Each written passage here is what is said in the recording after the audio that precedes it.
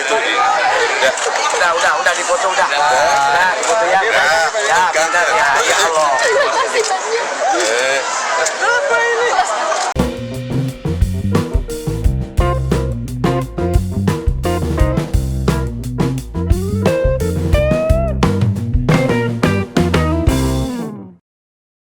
Assalamualaikum warahmatullahi wabarakatuh. Shalom, Om Swastiastu, Nama Budaya, Salam Kebajikan. Kembali lagi dengan saya di sini, Leonardo Sirait.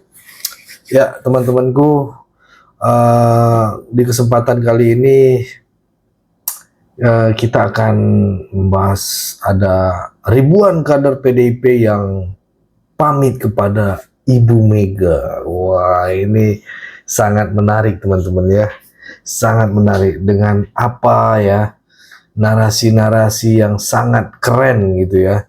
Katanya ikut andil atau ikut arahan politik dari Mawara Sirait gitu ya, abang kita ini ya, untuk mengawal Pak Jokowi gitu ya. Di sini banyak yang mengakui bahwa mulai ada kekeliruan gitu di Banteng gitu ya, yang tidak selaras dengan Pak Jokowi gitu ya, presiden kita saat ini.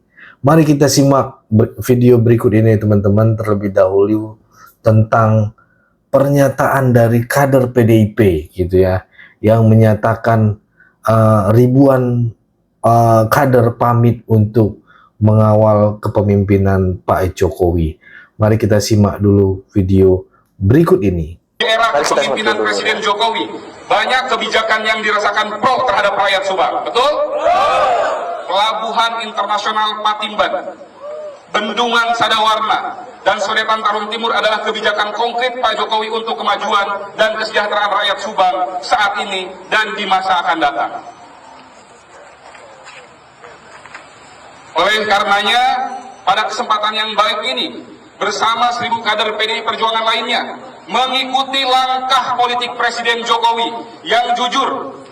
Saat ini semua terinspirasi dari mentor politik Bang Mawara Sirait, sosok yang selalu memberikan support dan menanamkan value sebagai politisi yang baik dan benar bagaimana berpolitik, satukan perkataan dan perbuatan. Hari ini bersama 1000 orang yang berasal dari PAC, Ranting, dan anak ranting PDI Perjuangan. Legon Kulon mana suaranya? Cikau mana suaranya? Pagaden Barat, Cibogo, Sukasari, Pamanukan, Pusaka Jaya, Subang, Pagaden, Cipendei, dan Purwadadi. Kami nyatakan pamit dari PDI Perjuangan dan mengikuti langkah politik Bang Mawara Sirait. Siap? Siap! Nah, yang menarik adalah begitu Gibran dipilih oleh Prabowo, ya, bapaknya tidak melarang, wah marah orang. Iya. Maunya orang, bapaknya melarang dong. Saya kan nggak bisa pergi. Nah, kenapa pergi? Ada juga harapannya. Maka, itu kan, selama berbulan-bulan ini sejak ditetapkan, ya kan, yang dimarahin orang, dicaci maki Jokowi, bukan Prabowo. Jadi Prabowo itu jadi menikmati, iya, ya kan? Iya. Padahal dia yang membuat keputusan, iya, yang kena marah Jokowi orang tua. Kasihan juga. Makanya kalau kita lihat, aduh, akibatnya ya orang makin banyak marah, benci kepada Jokowi. Tapi sebaliknya yang mendukung dia, mencintai dia, makin banyak juga. Sebanyak suara yang mendukung 02 itu. Itu kalau kalau ini dibiarkan emosi yang orang kalah ini, nanti lama-lama itu akan mengundang silent majority yang 60%. Marah juga sebaliknya. Ada perang ini. Gitu loh. Jadi makin dia dibenci, makin banyak yang mencintai dia. Nah, itu tadi teman-teman ya, videonya. Di sini Pak Jokowi menyampaikan kepada menterinya dan juga tentunya kepada masyarakat ya, bahwa Freeport yang kita ketahui bersama bahwa sebelumnya teman-teman dimiliki oleh orang asing dan sekarang menjadi 61% akan dimiliki oleh Indonesia gitu ya. Ini kabar sangat-sangat luar biasa teman-teman. Karena apa? Karena baru kali ini selama berpuluh-puluh tahun Pak Jokowi yang bisa mengambil alih Freeport gitu ya. Karena sudah banyak negara-negara lain juga mengincar ini gitu ya, menikmati gitu ya. Tapi Pak Jokowi berani melawan orang-orang luar negeri, orang-orang asing yang mengeruk harta kekayaan dari NKRI ini teman-teman. Tapi kita saksikan dulu video berikut ini. Minggu depan akan ada 2 smelter besar yang investasinya kurang lebih 50-60 triliun sudah beroperasi, yaitu di Aman di Sumbawa, kemudian Freeport di Gresik. Hati-hati kalau kita bicara Freeport, sekarang bukan miliknya Amerika. Karena orang masih, wah Freeport, itu sudah milik Indonesia, itu sudah dimiliki oleh Min ID. 51%, dulu kita hanya punya 9%. Dan sekarang sudah kita miliki 51% dan sebentar lagi akan menjadi 61%. Pokoknya kita terus ambil.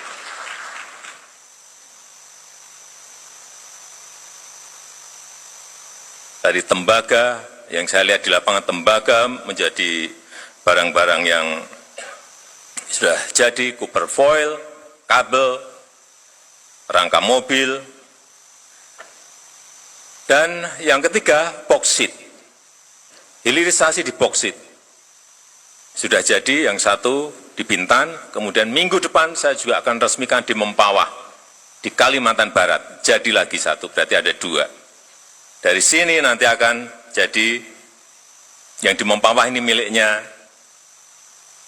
BUMN, akan jadi aluminium, velg mobil, bodi pesawat, semuanya. Bapak Ibu sekalian yang saya hormati, pada posisi normal, pada posisi dunia normal, kita tidak mungkin melakukan ini. Pasti akan dicegat oleh negara-negara maju. Pasti itu. Bahkan waktu akan mengambil Freeport saja, banyak yang membisiki kepada saya, Pak, hati-hati, Papua bisa lepas. Pak, hati-hati, Bapak bisa digulingkan. Pak, hati-hati. Jadi hilirisasi ini bukan barang yang gampang. Karena Freeport sendiri sudah 55 tahun beroperasi, nggak pernah mau membangun yang namanya smelter. Karena yang di sana itu bukan hanya tembaga, ada barang yang lain yang harganya lebih tinggi, yaitu emas.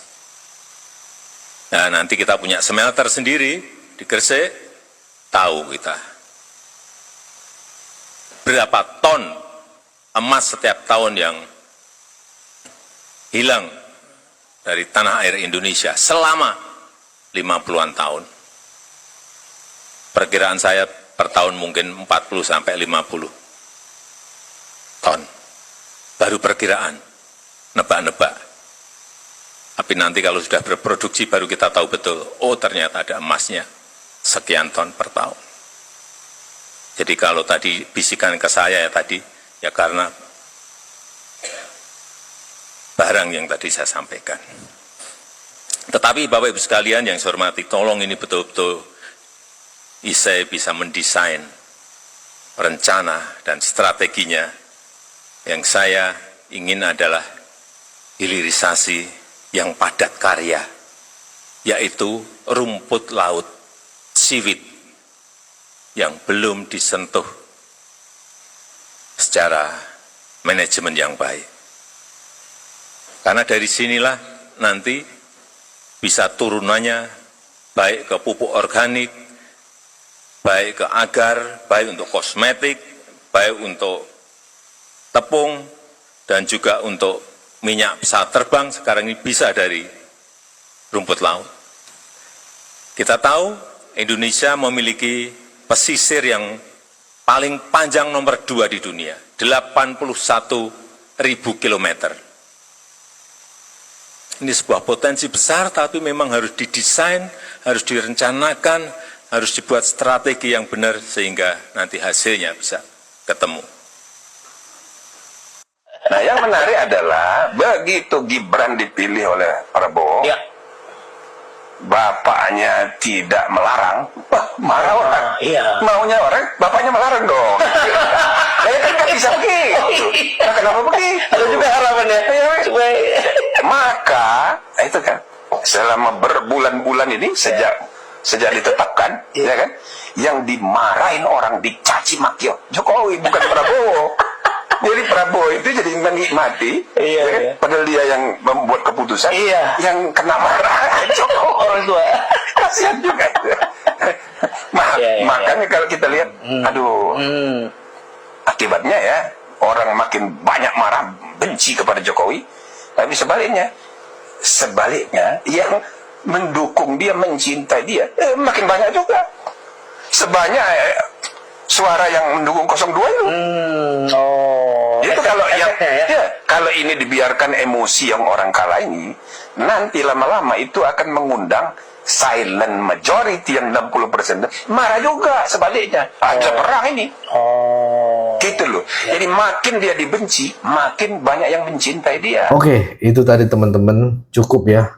Segitu dulu teman-teman, berikan tanggapan teman-teman yang menonton video ini, bagaimana pandangan kalian. Boleh berikan pendapat kalian di dalam komentar gitu ya, please gitu.